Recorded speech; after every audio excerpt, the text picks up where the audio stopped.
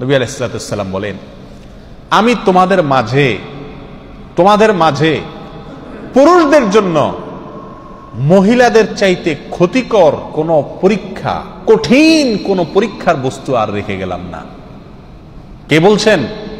নবী সাল্লাল্লাহু আলাইহি ওয়াসাল্লাম বলছেন। প্রিয় ভাইরা, কোন দয়াময় বাবা, কোন দয়াময় অভিভাবক, কোন দয়াময় মুরব্বী তার মৃত্যুর সময় বা মৃত্যুর আগে তিনি তার প্রিয়জনদেরকে বলে যান, বাবা আমার অমুক অমুক সম্পদটা অমুক অমুক জায়গায় আছে, এগুলা হিসাব করে নিও তোমরা, আর খবরদার অমুক অমুকের সাথে চলিও না, এই কাজ করিও না, খবরদার।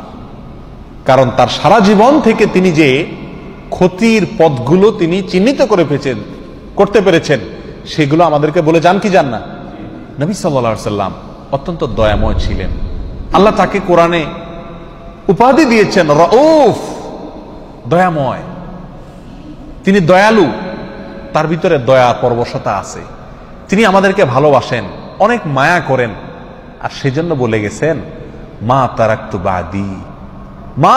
বাদি ফিতনাতান হিয়া আদাররু আলার রিজালি মিনান নিসা। আমার পরে, আমার মৃত্যুর পরে পৃথিবীর সমস্ত মুমিন পুরুষদের জন্য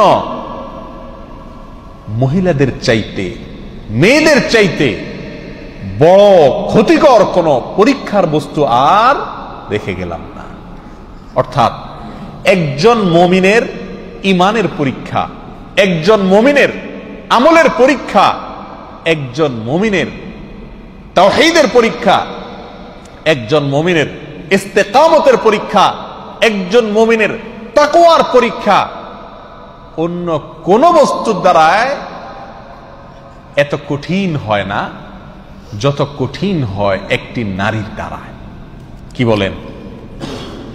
একজন নারী যত দ্রুত একটা পুরুষের মাথাকে নষ্ট করে দিতে পারে, পৃথিবীর কোন লোভ, পৃথিবীর কোন দামি খাদ্য, সুস্বাদু খাদ্য, কোন পদের লোভ, কোন সম্পদের মোহ একটা মানুষের মাথাকে এত তাড়াতাড়ি নষ্ট করতে পারে না যত তাড়াতাড়ি একজন নারী কি করতে পারে? নষ্ট করতে পারে।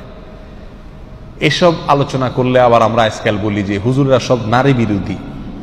না ভাই, নাউজুবিল্লাহ, এখানে নারী বিরোধী তার কিচ্ছু নাই। টাকা, এই টাকায় কত মানুষকে নষ্ট করে দেয়, কিন্তু টাকার কোনো দোষ আছে?